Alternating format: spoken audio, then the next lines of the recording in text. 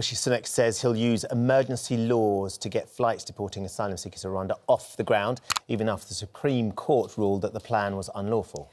Responsibility for cutting migration now falls to James Cleverly, who became Home Secretary after Suella Braverman was sacked on Monday and joins us now. Good to speak to you this morning. Congratulations on your new appointment. It's a heck of an in tray, though, isn't it? Where do we start? Shall we start with Rwanda? So the Prime Minister has said he's prepared to change the law. Will you override international conventions? Or, like your Deputy Chairman, Lee Anderson, will you just ignore the law? So we don't ignore laws. We're a law-abiding country. It's one of the things we're very proud of. When I was Foreign Secretary, it was an important part of my sales pitch to the world for why the UK is such a fantastic country. But we are absolutely confident that we can make this plan work in accordance with international law for a number of reasons. Firstly, because we've been working extensively to address the issues that were raised in the Supreme Court judgment. We suspected that might be the decision that we received, and we've spent most of the last 14 months since the appeal court decision last year addressing the issues that we predicted, which is why we're ready to have this treaty, legally binding treaty with Rwanda very, very soon, underpinned by domestic legislation. And the other point is because we recognise that we have influence in these international bodies. We can get them to make changes. And although this news was overshadowed by the reshuffle on Monday, the ECHR has actually made changes in direct response to UK lobbying because of those injunctions that we saw stopping the flights last year. So we are making a difference. We are driving down immigration. We will get the Rwanda plan up and running. We will make sure we break the business model of these people smuggling gangs.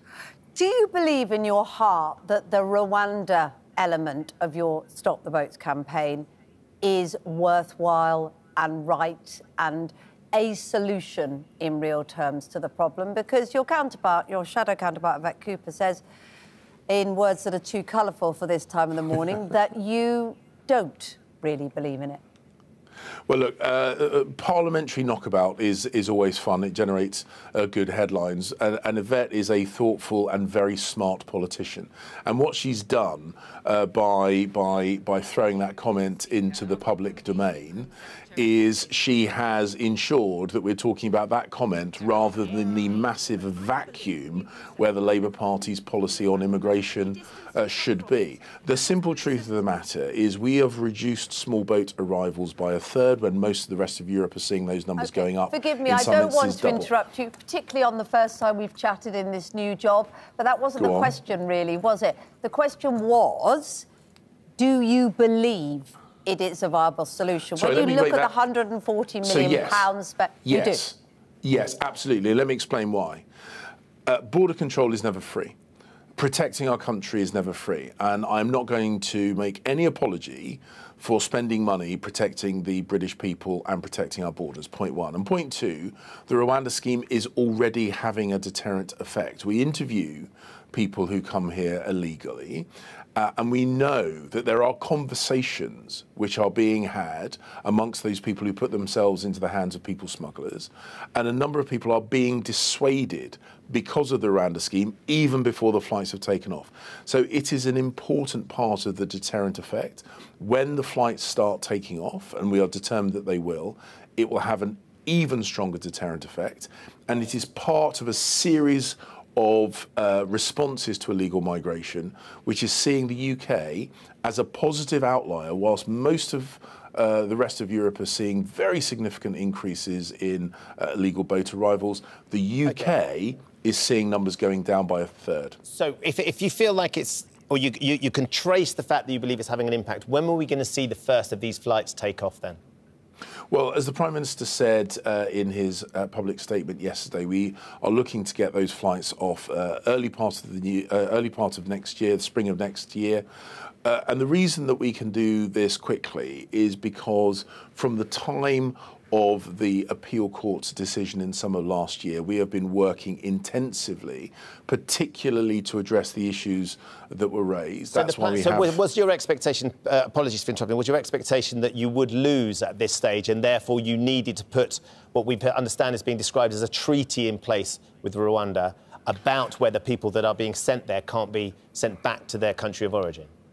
It's not an expectation that we were going to lose, but we planned for all eventualities. And, of course, we saw what was said at the appeal court. We've been heavily involved in the Supreme Court's decision. And, we are, thoughtful, professional, and this is not my first rodeo. So, of course, we planned for a range of eventualities, including the disappointing decision that we saw yesterday. Yeah. And we have taken the time. We have taken the time from the appeal court to the Supreme Court judgment to make sure that we are addressing the issues so that we can get this treaty up and running within days, underpinned by changes to domestic legislation to make sure that those flights take off to Rwanda next year. Last night we saw close to Buckingham Palace, for those that don't live in London and know the geography, on Hyde Park Corner, pro-Palestinian protesters climbing on a war memorial. The Met Police said that, no arrests were made. I know that you've met with Sir Mark Rowley, head of the Met Police. Rishi Sunak has met with him already this week. Do you agree that these marches and protests are hate marches like your predecessor, or is that a clear line of difference between you and Suella Braverman?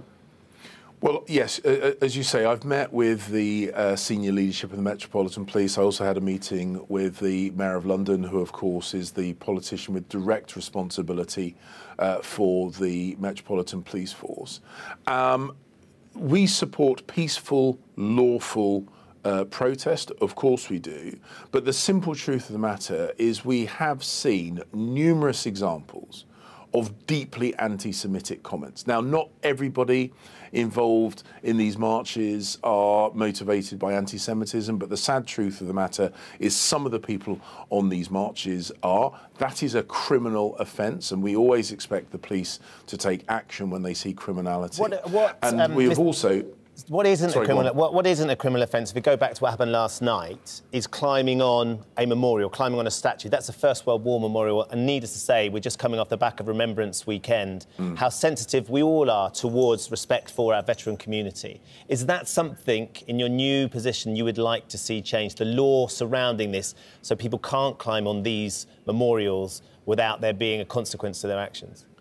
So we are looking at what additional powers the police may need. These, and the police have said this, these were deeply disrespectful actions. The war memorials recognise the sacrifice people have made for our freedom, and abusing, desecrating behaviour like this is deeply, deeply offensive. And of course I will look at what further measures need to be taken so the police can take action on this. And you can see that I have no doubt the vast majority of the British population, and indeed I suspect the vast majority of people on those marches, would find that behaviour completely unacceptable, and they would want us to give the police the power to take action. I will be looking at that as part of my new job. Right. You mentioned it wasn't your first rodeo. It certainly isn't, is it, Mr. Cleverly? I feel like sometimes, every time we come to you, always a pleasure to chat, we're introducing you in a new role. Shall we take a quick look at the times you've been on this show over the last few years and the roles it's been in? It's always...